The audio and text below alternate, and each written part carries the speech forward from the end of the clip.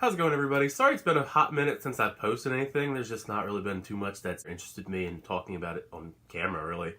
But that changes today because I am here to talk about the new A24 film Hereditary. I finally get to break out the A24 shirt for an A24 film, and I thought that was really cool. But I like to consider myself an A24 fan, but I also consider myself a pretty big horror fan, even though I don't talk about it too much on my channel. So it was like a perfect mix, because I haven't really seen a lot of promotional material for this film other than just like the initial first trailer, because I just kind of avoid a lot of that stuff. And it seemed like a film that had a lot of really great scary moments, and that plus the fact that it's A24, I figured this is definitely a must-see, highly anticipated film when it does officially come out. So yeah, let's just dive into it. I'm not going to talk spoilers, so you don't got to worry about that. This, like a lot of horror films, is hyped up on the fact of how scary it is. And a lot of those films falter. I mean, they're usually not that scary, even though they act like they are. But with Hereditary, I think it's as close as it can possibly be to actually living up to that hype. Because this really is a very scary, haunting, psychological thriller. Kind of supernatural towards the later part of the film. It's just one of those films that's very unsettling to watch. Not just unsettling either, like a lot of it lingers and sticks in the back of your mind. You think about it a lot. It's one of those kind of films. And not only that, but there's so much tension in this film. There's so much tension in this film. Like, you think like a film like A Quiet Place earlier this year had like a lot of tension. This is like to a whole nother level of tension. Because literally like the whole runtime is like 2 hours long.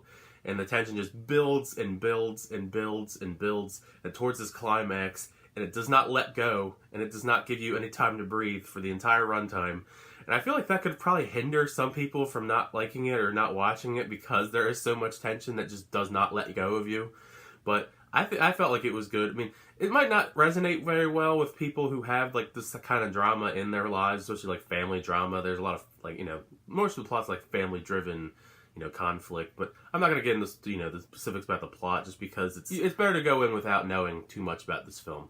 I did really like that this horror film didn't rely on the whole cheap jump scare kind of method that we're just so used to in horror films in this day and age. It does have a few jump scares, but they're actually like good jump scares. It's the big difference between having good jump scares and like horrible jump scares in most horror films these days.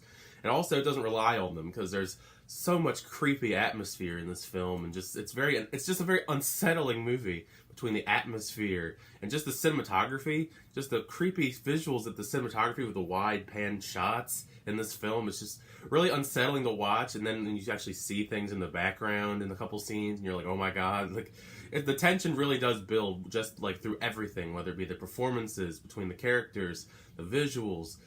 It's just such a stunning film to watch, because it's this Ari Aster guy's directorial debut. I mean, I've never seen anything he's ever done before, so I didn't know what to expect as far as directions, And I'm really impressed. I really want to see more of this guy, and whatever he does in his future endeavors, I'm definitely going to follow along with. He doesn't just succeed as a director, though, in this film, because he also wrote it.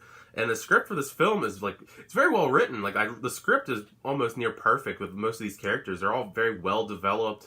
They build so much tension with inner conflict with his family, and none of the family gives bad performances. Toni Collette, Gabriel Byrne, Millie Shapiro, and Alex Wolff all give amazing performances in this film, and you really feel like they are actually this family with all these problems. They're so well developed, and they have so much dialogue with each other. Like I said, they're very developed. You get to know these characters very well.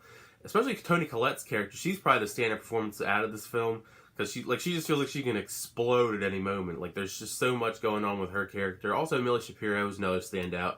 Never seen her in anything before, but she's another one that's on my radar now. Another thing I really liked about the film, the way it's written, is there are a lot of deep underlying themes in the film that I feel like a lot of people could interpret in a lot of different ways, depending on how they are just in their everyday life.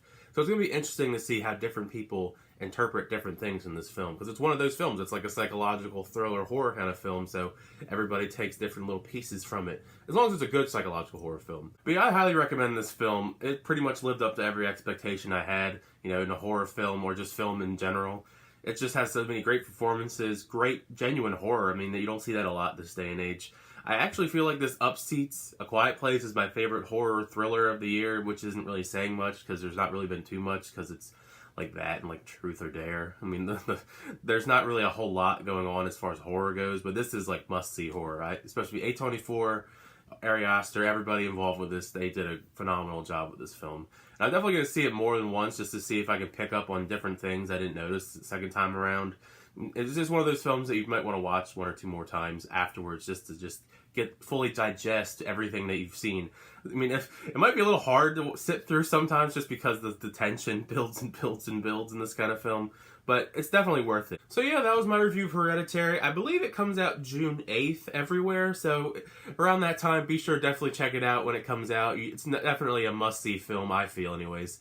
But yeah, feel free to leave a like, comment your thoughts about the film, what you've thought of it so far, or if you have seen it, what you thought. Also, feel free to hit the subscribe button to catch up on all my videos whenever I do post them. But until next time, I'll see you guys later.